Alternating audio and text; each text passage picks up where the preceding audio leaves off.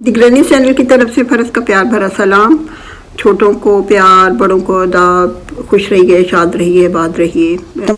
इसके साथ साथ जब भी चांद नजर आए रमज़ान का तो बहुत सारी दुआएं मांगे अपने लिए, अपने रिश्तेदारों के लिए, दोस्त अहबाब के लिए, नेबर्स के लिए। तो जो हमारे बाहर रहने वाले बहन भाई हैं दूसरे मुल्कों में, जिनके यहाँ हो सकता है कि आज मुबारक ये महीना जो है वो शुरू हो चुका हो, उनको बहुत बहुत मुबारक। सरवत आपको बहुत मुबारक हो, शहाना यूनुस आपको बहुत मुबारक हो। मेरी दिली दुआ है कि आपका रमज़ान बहुत ही अच्छे तरीके से गुजरे और फिर आपकी दुआएं जो हैं वो अल्लाह ताला के यहाँ कबूल फरमाई जाएं। आमीन। बच्चों को बहुत बहुत प्यार दीजिएगा। तो चलिए हम भी कोशिश करेंगे कि ये जो माह रमज़ान है हमारे लिए जो शुरू होने वाला है, उसमें हम बहुत ही अल्लाह ताला के बारगाह में हाजिर होकर अपने लिए और तमाम लोगों के लिए खुलूस दिल से दुआ मांगें। ये महीना ख़ास तौर पर देखा जाए तो नमाज, रोज़ा, फिर नेक कामों के साथ साथ, इबादत के साथ साथ, ज़िक्र अस्कार के साथ साथ बख्शिश, बरकत, गम गुसारी, दिलजोई और हमदर्दी का महीना है। नफल अदा करें, सदका दें, इसमें ज़रूर दुआएं मांगें। इस माह में जन्नत के दरवाजे खोल दिए जाते हैं, जहन्नम का दरवाज़ा बंद कर दिया जाता है और शैतान जो है वो जंजीरों में जकड़ दिया जाता है। अब हमें बहुत ही हम आसानी से अपने अंदर के शैतान को मार सकते हैं। इसके लिए हमें तगोदो करनी पड़ेगी, जो कि बहुत ही, अगर आपकी नीयत बन जाती है तो वो बहुत ही आसानी से हम कर सकते हैं।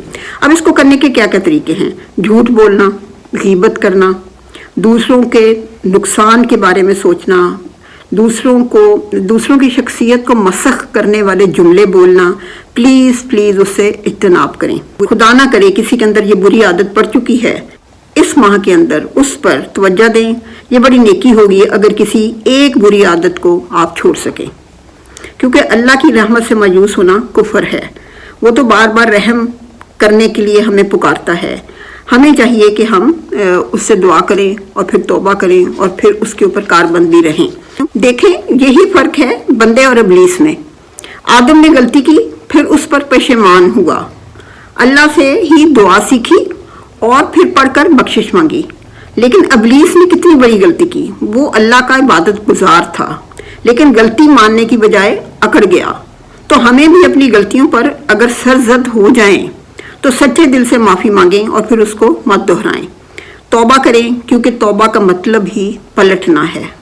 हम आगे बात कर चुके हैं कि हमें रमज़ान में नमाज का बड़ा ही अच्छा से एहतमाम करना है। उसको पूरी कोशिश करें कि वो टाइम पर पढ़ी जाए और फिर उसको बड़े ही अच्छे तरीके से पढ़ा जाए, रुक रुक कर पढ़ा जाए, समझ सोच कर पढ़ा जाए कि हम उसमें क्या अल्लाह ताला से मांग रहे हैं।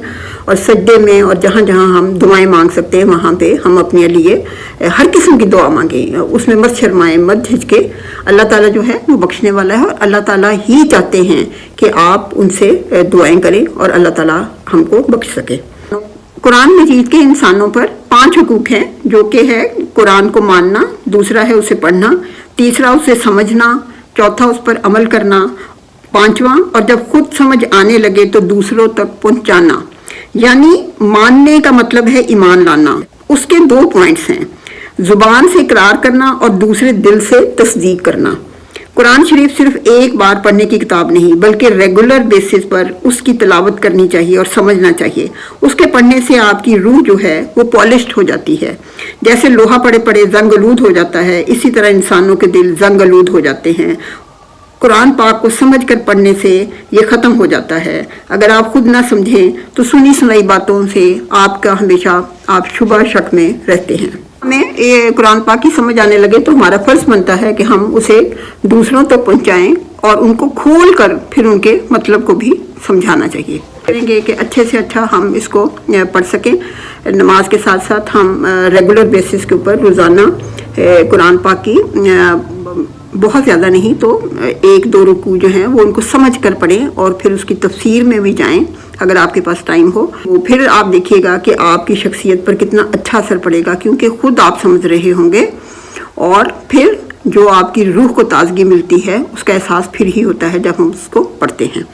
तो अल्लाह ताला से दुआ करते हैं, ए रब्बुल इज़्ज़त, हम तुझसे दुआ करते हैं कि हमारी बख्शिश फरमा।